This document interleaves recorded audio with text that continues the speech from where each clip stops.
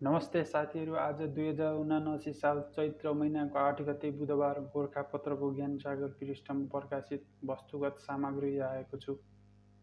यस भिडियोलाई अन्तिमसम्म हेरेर साथ दिनुहोला। प्रश्न नम्बर 1 रहेको छ, 95औं संस्करणको प्रसिद्ध ओस्कार अवार्डमा सर्वोत्कृष्ट फिल्मको उपाधि जित्ने चलचित्र कुन हो? Everything everywhere all at once. यस फिल्मले सर्वोत्कृष्ट फिल्मको उपाधि र निर्देशन सहित 7 विधामा सर्वाधिक ओस्कार चुमेको यस फिल्ममा एक चिनिया अमेरिकी लन्ड्री व्यवसायको मालिकको कथा र उसको लेखा परीक्षकको सङ्घर्षको कथावस्तु समेटिएको। ओस्कार अवार्ड 2023 सर्वोत्कृष्ट चलचित्र everything everywhere all at once. सर्वोत्कृष्ट अभिनेता ब्रेन्डन फ्रेजर, द 12। सर्वोत्कृष्ट अभिनेता Michelle Yeoh, everything everywhere all at once. सर्वोत्कृष्ट सहायक अभिनेता Ke Huy Quan, everything everywhere all at one. सर्वोत्कृष्ट सह अभिनेत्री Jamie Lee Curtis, everything everywhere all at one. त्यसैगरी सर्वोत्कृष्ट निर्देशक Daniel Kwan, everything everywhere all at once. त्यसैगरी सर्वोत्कृष्ट मौलिक पटकथा Daniel Scheinert, everything everywhere all at once. सर्वोत्कृष्ट सम्पादक Paul Rogers, everything everywhere all at once. सर्वोत्कृष्ट मौलिक गीत फिल्म आर को नाटु बोलको गीत। सर्वोत्कृष्ट ध्वनि फिल्म टप गन माभेरिक। सर्वोत्कृष्ट adapted screen film women talking. सर्वोत्कृष्ट visual effect avatar the way of water. सर्वोत्कृष्ट अन्तर्राष्ट्रिय फिचर फिल्म छायाङ्कन, ओरिजिनल स्कोर र production design all quiet on the western front.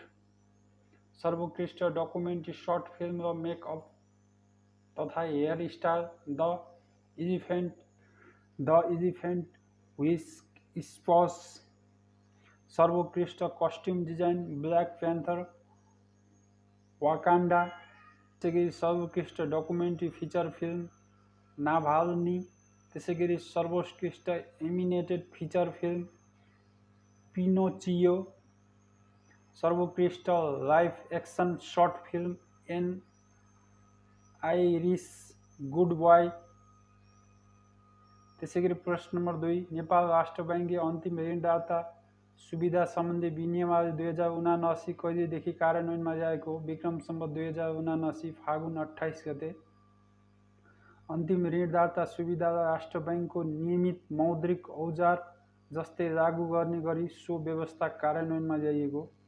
यो नियमावली अनुसार अब तरलता सङ्कटको अवस्थामा बैंकहरूले राष्ट्र बैंकबाट ऋण लिन सक्नेछन्। इजाजत प्राप्त संस्थाले अन्तर बैंक बजार, दैनिक तरलता सुविधा, खुला बजार कारोबार र स्थायी तरलता सुविधाका माध्यमबाट आवश्यक तरलता व्यवस्थापन गर्न नसकी तत्कालको दायित्व पूरा गर्न असमर्थ भई प्रणालीगत जोखिम सिर्जना हुने र बैंकिङ प्रणालीप्रति सर्वसाधारणको विश्वसनीयतामा कमी आउन सक्ने जोखिम देखिएमा अन्तिम ऋण दायित्वका रूपमा राष्ट्र बैंकले आवश्यक ऋण प्रदान गरी वित्तीय स्थायित्व कायम गर्नुपर्ने विनियमावलीको उद्देश्य रहेको। अन्तिम ऋणदाता सम्बन्धी नीतिगत व्यवस्था 2067 खारेज गरिएको। प्रश्न नम्बर 3, नेपालले एक दिवसीय क्रिकेट खेलमा विकेटका आधारमा पहिलो पटक विपक्षी टोलीमाथि सर्वाधिक विकेटको जित कहिले हात पारेको हो? सन् 2023 मार्च 13 आइसिसी पुरुष विश्वकप क्रिकेट लिग 2 अन्तर्गत मार्च 13 मा नेपालले पपुवा न्युगिनीमाथि 9 विकेटको जित हासिल गरेको। त्यस्तै विश्वकप लिग 2 अन्तर्गत मार्च 12 मा नेपालले युएईमाथि 177 रनको फराकिलो जित निकालेको थियो। एक दिवसीय खेलमा नेपालले कुनै पनि राष्ट्रविरुद्ध सबैभन्दा फराकिलो जितको अन्तर निकालेको यो पहिलो पटक हो। त्यसैगरी प्रश्न नम्बर 4, गणतन्त्र नेपालको पहिलो महिला राष्ट्रपति विद्यादेवी भण्डारी राष्ट्रपति कार्यालय शीतल निवासबाट कहिले विदायी हुनुभएको? विक्रम सम्वत 2079 फागुन 29 गते।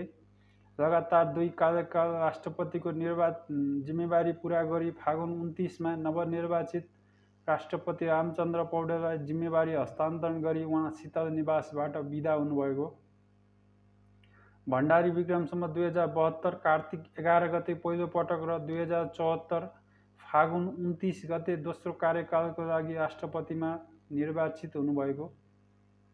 प्रश्न नम्बर 5, हेग स्थित अन्तर्राष्ट्रिय फौजदारी अदालत आइसिसीले रुसी राष्ट्रपति भ्लादिमिर पुटिन विरुद्ध पक्राउ पूर्जी कहिले जारी गरेको हो? सन् 2023 मार्च 17 युक्रेनमा युद्ध अपराधको आरोपमा रुसी राष्ट्रपति पुटिन विरुद्ध पक्राउ पूर्जी जारी गरिएको। अन्तर्राष्ट्रिय अदालतले बालबालिकाको अधिकार सम्बन्धी रुसी राष्ट्रपतिका आयुक्त मारिया बेलोभा विरुद्ध पनि सोही आरोपमा पक्राउ पूर्जी जारी बताएको।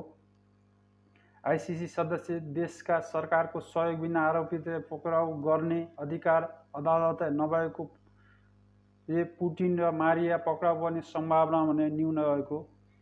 रुस आइसिसीको पक्ष राष्ट्र नभएको हेग स्थित अन्तर्राष्ट्रिय फौजदारी अदालतको आदेश रुसमा कार्यान्वयन हुने आधार नभएको, तर यसले पुटिनको अन्तर्राष्ट्रिय यात्रामा भने असर पर्न सक्नेछ। अमेरिका पनि आइसिसीको पक्ष राष्ट्र नरहेको। त्यसैगरी प्रश्न नम्बर 6, पानी सङ्कट न्यूनीकरण गर्ने उपायको खारेजी गरी त्यसलाई कार्यान्वयनमा ल्याउने उद्देश्यका साथ राष्ट्रिय पानी सम्मेलनको आयोजना कहिले गरियो? विक्रम सम्वत 2079 चैत्र 5 र 6 गते। सन् 2023 मार्च 19 र 20। विश्व पानी दिवसको अवसरमा खानेपानी मन्त्रालयसँगको समन्वयमा स्मार्ट वाच सोल्युसन्स र वाटर एन्ड नेपाल लगायतको सहयोगमा वर्षातको पानी सङ्कलन, पानी सुरक्षण र जलवायु परिवर्तनका असरहरूको सम्बोधन विषयक 2 दिवसीय सम्मेलन सम्पन्न भएको। प्रश्न नम्बर 7, नेपालको कर्मचारी तन्त्रमा अवकाशपछि पेन्सन दिने व्यवस्था कसको पालादेखि सुरु भएको हो? जुद्ध शमशेरको। त्यसैगरी 8 मा 3 जुरे मिल्के जलजलेलाई राजविनाशको राजधानीको रूपमा कहिले घोषणा गरिएको हो? विक्रम सम्वत 2055 साल। त्यसैगरी प्रश्न नम्बर 9, फ्राइडे फर फ्युचर कार्यक्रमका अभियन्ता को हुन्? Greta Thunberg. त्यसैगरी प्रश्न नम्बर 10, चितवन राष्ट्रिय निकुञ्जमा गैंडा संरक्षणका लागि सञ्चालनमा गरिएको अभियानलाई के भनी चिनिन्छ? SVEEP operation. प्रश्न नम्बर 11, नेपालमै पहिलोपटक गणित पार्कको स्थापना कहाँ गरियो? बुढा नीलकण्ठ स्थित इम्पेरियल वर्ल्ड स्कुल।